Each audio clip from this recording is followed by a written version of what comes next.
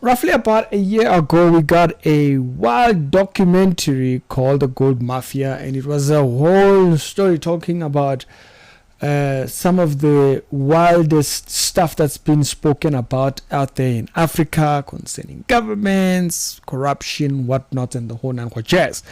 And so that actually did lead up into to us a year later getting a BBC documentary focused on another prophet and what it was just a whole lot of stuff.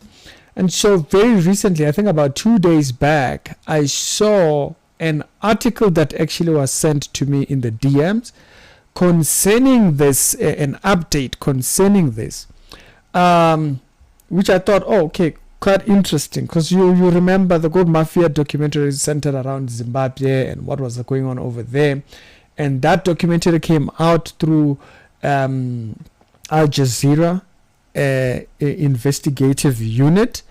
And after they did their entire investigative unit, if you actually look at the credits down at the end, there was a name there credited as one of the researchers of Simba Chikanza. And so this particular update comes from something that recently happened concerning him. There was apparently a lawsuit concerning Al Jazeera Media Network and Simba Chikanza concerning their work together during that period, alongside with this whole thing of the Al Jazeera documentary works and whatnots and stuff like that. And so that this is the court document, and Al Jazeera has similarly been granted a win in that particular article. This is concerning subject matters of employment and the whole nine jazz. So thought I wanted to kind of come here, update on that, the importance of this type of works, and also, credits where credits is due and the whole nine jazz. If it's your first time over here, be sure check out some of the videos that are down in the pinned comments. That's not how our intro sounds. Structured show, daily Christian commentary videos. Other episodes done today, they'll be down in the pinned comments. And so this particular case thingy seemed to have been filed, I'm guessing, and stuff. I think Simba stays in the UK. He is a journalist in Zim, or what he publishes is mainly Zim content or Zim newspapers and stuff like that, Zim news type of stuff. And so this entire thing concerns, you can see the dates around there, 29 July 2024, subjects and whatnot. The reserved judgment, the claimant was not an employee of the respondent, and as you can see, the respondent is Al Jazeera Media. So this was concerning matters of employment and the whole jazz. He was not an employee of the respondent and relevant time, and the claim of unfair dismissal. Wait, am I reading what's on the screen? Yeah, so right there. The claim of unfair dismissal is therefore dismissed because the tribunal does not have jurisdiction to determine it. And so that's what the judgment document says over here. So it looks like it was concerning subject matters of whether he's a research concerning the time or the period, and he might have done some work with them concerning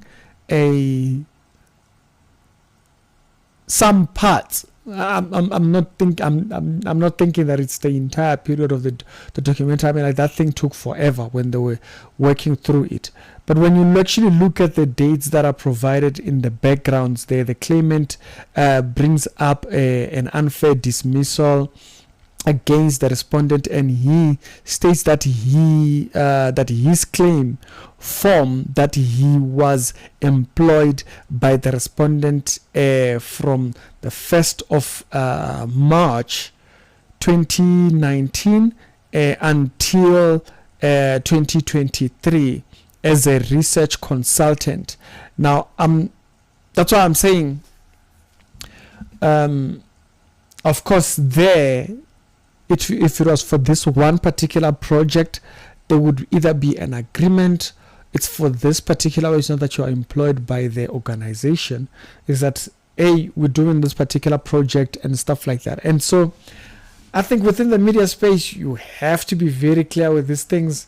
It's very easy that you can work and not get credited for your work or thing. Okay, just to be clear there. Okay, you can get a kind of side swiped, and you find that you worked and didn't get paid for your work. But with an organization like Al Jazeera and these particular big platforms, I think they have their paperwork pretty much cut clear. Here, if it was that, okay, so they did mention not having jurisdiction to determining the thing. I'm guessing that they'll be talking about countries thing, because I don't know where they filed this entire document at, whether this was in the UK or in Zimbabwe.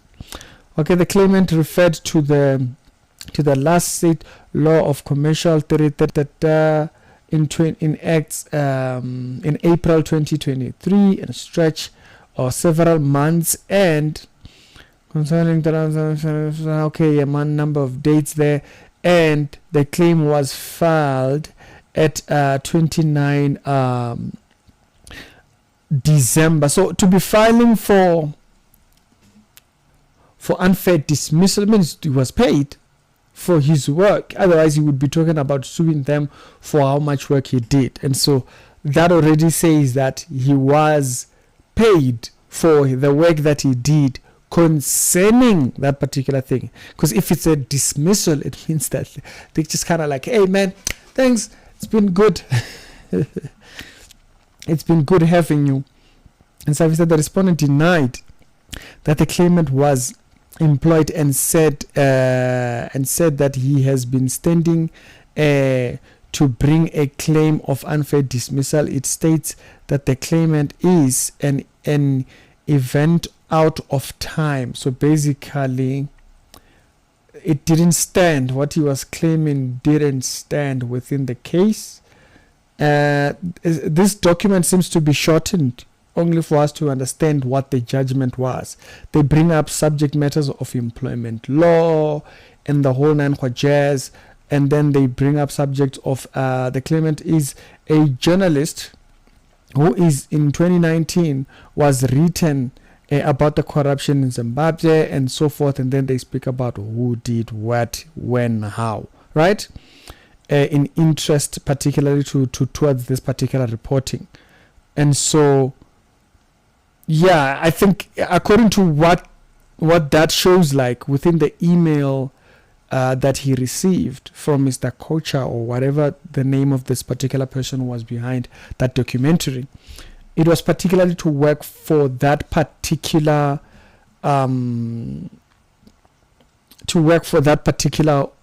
documentary research. Now I'm seeing something down at the bottom. I want to read that part there in page number 2. What does that say? It says these relationships will be unpacked on and investigated, and exposing financial wrongdoings and complaints of facilitation. Okay, and so that's what the rest of the thing is at the bottom there says.